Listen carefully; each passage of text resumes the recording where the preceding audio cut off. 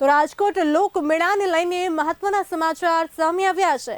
રાજકોટનો પ્રખ્યાત સાતમ આઠમનો લોકમેળો smart city વિસ્તારમાં યોજાય તેવી શક્યતા સેવાઈ રહી છે।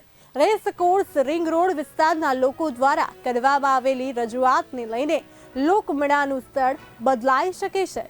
રેસકોર્સ વિસ્તારમાંથી ટ્રાફિક, પાર્કિંગ, ગંદકીને લગતા પ્રશ્નો આવતા ધારાસભ્ય દ્વારા જિલ્લા કલેક્ટરને રજૂઆત કરાઈ છે। રાજકોટ પશ્ચિમના ધારાસભ્ય ડોક્ટર દર્શિતા શાહ દ્વારા જિલ્લા કલેક્ટરને રજૂઆત કરાઈ છે। રજૂઆતને ધ્યાને લઈને સ્માર્ટ સિટી અટલ સરોવર નજીક મેળાને પરવાનગી અપાય તેવી શક્યતા સેવાઈ રહી છે।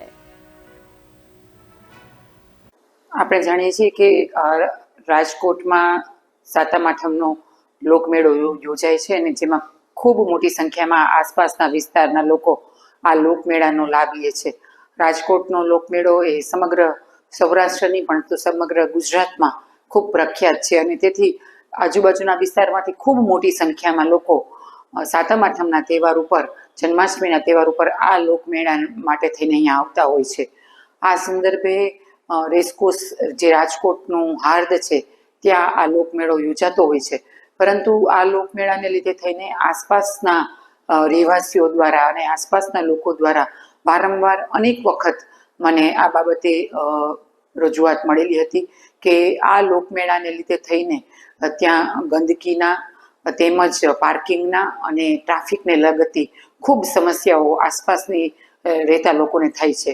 બીજું, દિવસે દિવસે રાજકોટનો વ્યાપ પણ વધતો જાય છે અને એને લીધે થઈને લોકમેળામાં આવનારી સંખ્યા ખૂબ વધતી જાય છે। ત્યારે હવે જે રેસકોર્સનું ગ્રાઉન્ડ છે લોકમેળા માટે પણ થોડું નાનું પડે છે।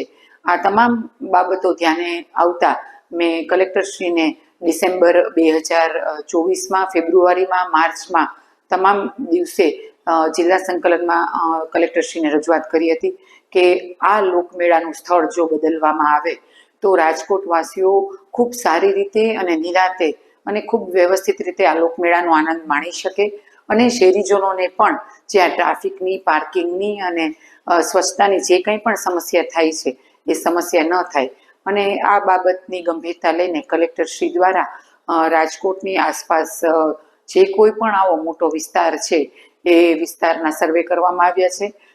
અત્યારે એમનો સર્વે ચાલી રહ્યો છે અને ટૂંક સમયમાં જ આ સર્વે પૂર્ણ થયા બાદ ત્યાં સરકારશ્રીની મંજૂરી લઈને પાર્કિંગની સમસ્યાનો પ્રશ્ન રહે છે। રહેવાસીઓ જે ઘરે હોય છે તે પોતે ઘરની બહાર પણ નીકળી નથી શકતા, કારણ કે લોકમેળાનો એટલો બધો ટ્રાફિક આ 5 દિવસ દરમિયાન થતો હોય છે અને ત્યારબાદ નાના મોટા સ્વચ્છતાના પણ પ્રશ્નો રહેતા હોય છે અને આ માટે થઈને અને જગ્યા પણ હવે દિવસે દિવસે જેમ રાજકોટ મોટું થતું જાય છે એમ રાજકોટની વસ્તી વધતી જાય છે, એમ આ લોકમેળાની જગ્યા પણ હવે નાની પડતી હોવાને લીધે લોકમેળાને રાજકોટની બહાર સ્માર્ટ સિટી વિસ્તાર છે એવી કોઈ મોટી અને વિશાળ જગ્યાએ જો એને બદલવામાં આવે તો જેથી કરીને આ સમગ્ર સમસ્યાનું સમાધાન એક સાથે થઈ